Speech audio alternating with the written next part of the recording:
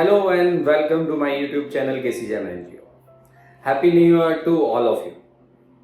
In this new year, some changes coming in. MHA has notified some changes in FC4 return जो applicable होंगे financial year 24-25 से, जिसका return next 31 दिसंबर 25 को file करना है. तो आज we will discuss about changes in FC4 return.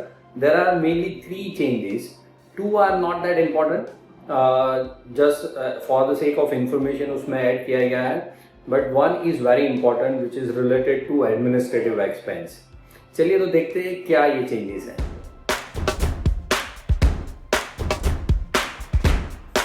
चलिए तो पहले जो 2 सिंपल चेंजेस हुए उसके बारे में बात करते हैं.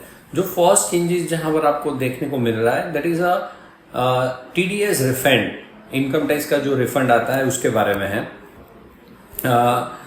Earlier also it was not clear कि जो TDS रिफंड आ रहा है इनकम टैक्स से वो FC बैंक में जाना चाहिए या नॉन FC बैंक में. तो थोड़ा एम्बिग्यूटी था इस बारे में. और अगर वो नॉन FC बैंक में चला भी गया तो जो FC पोर्शन था TDS रिफंड का, जो FCRA के इन्वेस्टमेंट पे TDS आया हुआ था FDs वगैरह पे, उसको कैसे यहाँ पर ट्रांसफर करना है या नहीं करना है. Some of have the opinion that आप नॉन FC बैंक से FC बैंक में पैसा ट्रांसफर नहीं कर सकते फॉर व्हाटसोएवर रीजन. तो ये सारे एम्बिग्यूटीज थे, उसको क्लियर करते हुए FC4 में यहाँ पर ऐड किया गया है कि now in clause 1 sub clause B, और उसमें एक आइटम ऐड किया है सीरियल नंबर 2 में कि आपको इंटीमेट करना है कि कितना अमाउंट आपने इनकम टैक्स रिफंड का नॉन FC बैंक से FC बैंक में ट्रांसफर किया है, which also goes into your receipt and payment account, और FC4 में भी वो यहाँ पर डिस्प्ले होगा. तो एक चीज तो ये बहुत सिंपल था जो जस्ट इंफॉर्मेशन पर्पज है.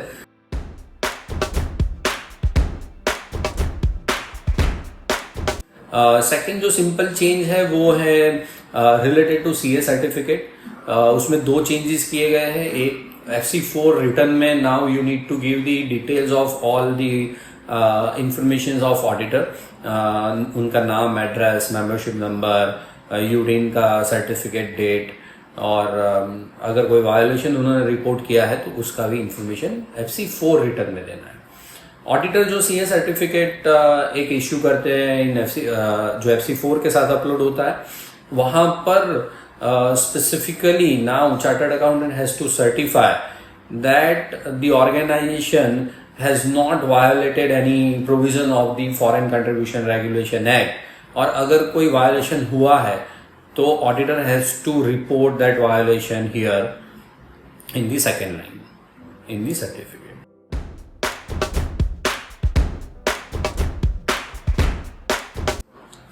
So third change is very important, which is related to administrative expense.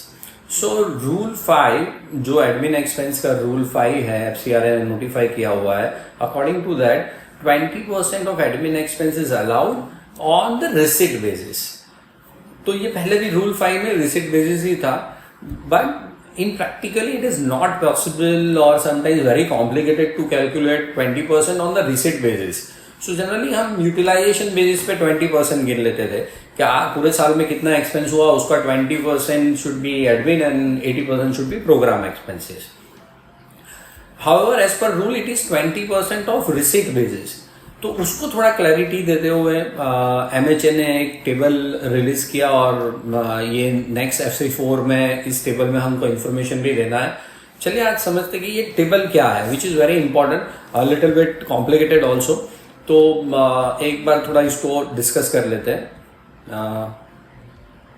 Okay, so hypothetically मैंने कुछ फिगर्स लिए हुए हैं. Say for example next year financial year 24-25 जब एंड होगा, आपको ये रिटर्न में we need to fill this information in FC4 table. So first one is brought forward unspent part of allowable admin expenses, मतलब कि ओपनिंग बैलेंस. मान के चलिए कि क्योंकि 23-24 में कुछ रिपोर्टिंग नहीं था, so most probably it should B 0. Total foreign contribution receive during the year, मतलब आपको कितना फॉरेन कंट्रीब्यूशन मिला इस साल में 24-25 में, वो यहाँ पर रिपोर्ट करना है.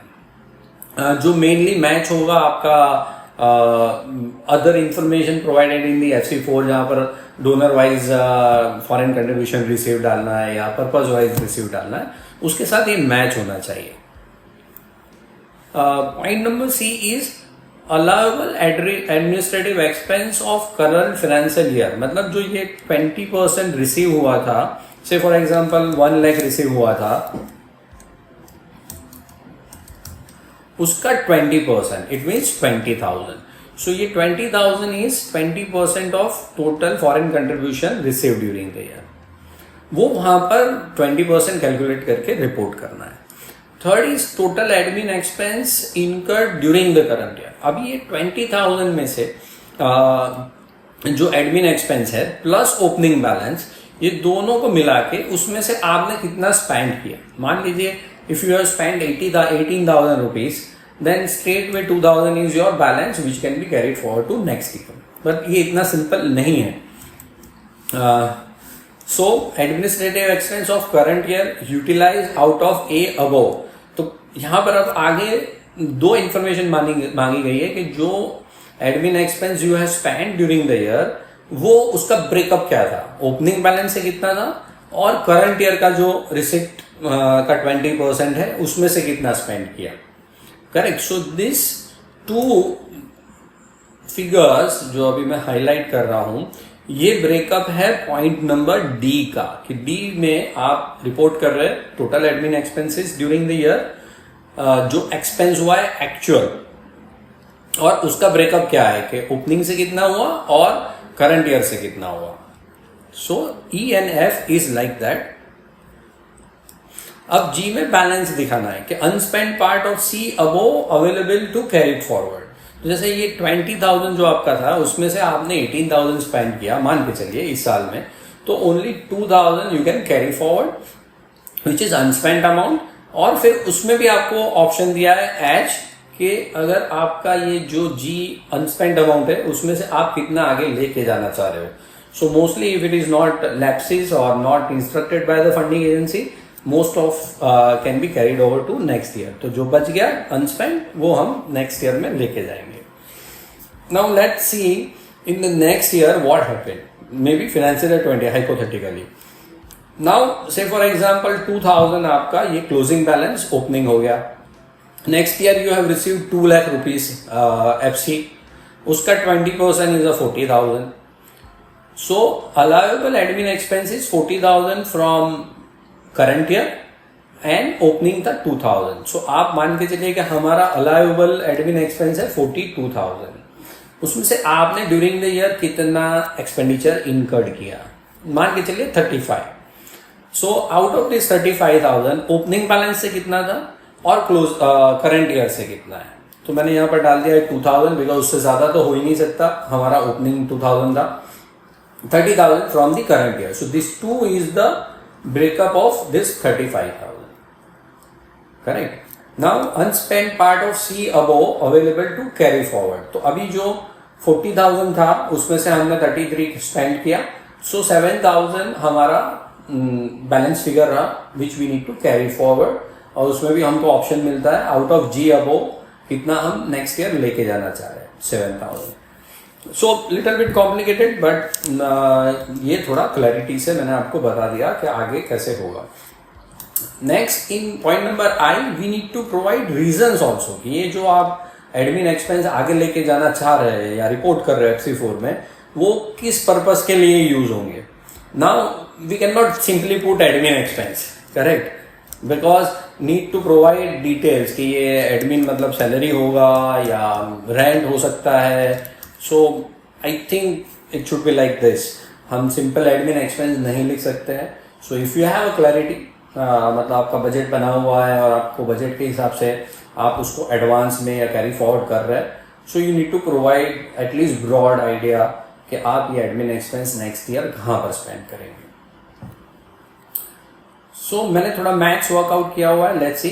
फर्स्ट एक ये था कि D can not be more than A+C. मतलब जो करंट ईयर का एडमिन एक्सपेंस आपने इनकर्ड करना है 18,000 या यहाँ पर 35,000, वो आपका कभी भी पिछले साल का ओपनिंग और करंट ईयर का अलाउएबल A+C उससे ज्यादा नहीं होना चाहिए, अदरवाइज वो वायोलेशन में चला जाएगा। Similarly D should be equal to E and F। तो जैसे मैंने अभी बताया कि D is the breakup of E and F। क्या 35,000 आपका एडमिनिस्ट्रेटिव एक्सपेंस स्पेंड हुआ है ड्यूरिंग द ईयर, इनकर्ड हुआ है, उसका ब्रेकअप क्या है, उसमें से पिछले साल का कितना ओपनिंग बैलेंस से कितना किया और एडमिन एक्सपेंस करंट ईयर से कितना किया। So D is equal to always E and F। तो E and F का टोटल ही D में आना चाहिए। सो G में आते हैं, unspent part of C above available to be carried forward. ये ऑलवेज जो हमारा C था करंट ईयर का अलाउएबल, उसमें से जो एक्सपेंडिचर हुआ है करंट ईयर से वही आएगा। And H can not be more than G, मतलब कि जितना हमें अनस्पेंड मिला है उतना ही हम आगे लेके जा सकते हैं। हियर लिटिल बिट एम्बिग्यूटी, क्योंकि अगर ओपनिंग से आपने कुछ एक्सपेंडिचर नहीं स्पेंड किया तो you can include here, but यहाँ पर सिर्फ G लिखा हुआ है out of G above. So in my opinion कि ये जो 2000 है, अगर नेक्स्ट ईयर आपने खर्च नहीं किया तो वो मोस्ट प्रोबेबली लैप्स हो जाएंगे। We need more clarity on this. आगे के दिनों में हमें मोर क्लैरिटी या कुछ नोटिफिकेशंस या उससे पता चलेगा, बट अभी जो वर्डिंग्स है उससे ये लग रहा है कि अगर ओपनिंग बैलेंस जो ब्रॉड फॉरवर्ड है 2000 अगर हमने स्पेंड नहीं किया है यहाँ पर तो वो लैप्स हो जाएगा, because here it is very clearly mention कि आपका unspent part of C above, मतलब current to be carried forward, current year से ही जितना बचेगा वही कैरी फॉरवर्ड मिलेगा, ओपनिंग का कैरी फॉरवर्ड नहीं मिलेगा नेक्स्ट ईयर के लिए।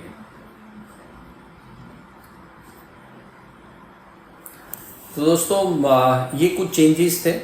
नोटिफिकेशन मैं कमेंट में डाल दूंगा लिंक बना करके, एक बार आप देख लीजिएगा, पढ़ लीजिएगा।